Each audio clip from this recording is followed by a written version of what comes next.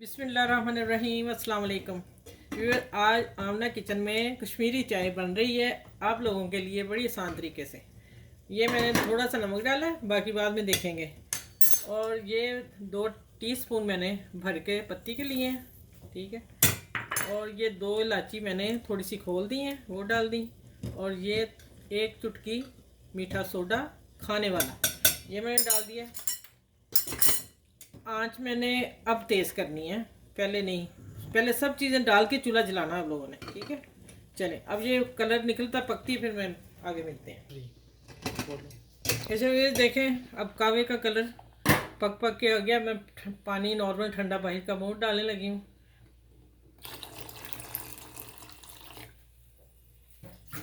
अब मैं इसी डब्बे से इसको फेंटूंगी थोड़ा।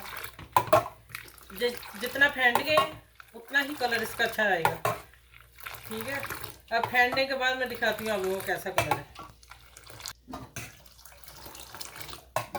ये देखें, फेंट के माशाल्लाह कितना पिंक कलर आ गया। बहुत ज़्यादा फेंटेंगे तो कलर ज़्यादा अच्छा निकलेगा। मैंने उसी में से डब्बा भर लिया और इधर पोनी रख के छान के, वो मज़ेदार माशाल्लाह दूध जो कड़ रहे थे मैं उसी में डाला है कलर। चलें, इंशाल्लाह पकती है तो फिर मैं कप में डाल के दिखाती हूँ आपको। अच्छा भैया, पहले कलर देख लें आप। रीजनल कलर, कोई कलर नहीं डाला, कुछ नहीं, वो बस 1 चुटकी मीठा सोडा, ठीक है। लोग कलर भी डालते हैं, मैंने नहीं डाला। और माशाल्लाह दूध भी कट गया था और मज़े की बनी है। इंशाल्लाह आप लोग भी बनाइएगा इसी रेसिपी से, इंशाल्लाह उम्मीद है आप लोगों को।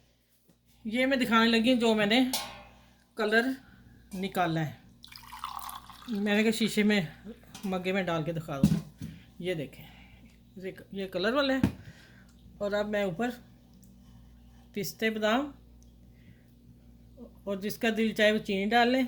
और मेरे चैनल को लाइक करें, शेयर करें प्लीज़। अपना ख्याल रखिएगा, मुझे दुआ में याद रखिएगा। अल्लाह हाफिज़।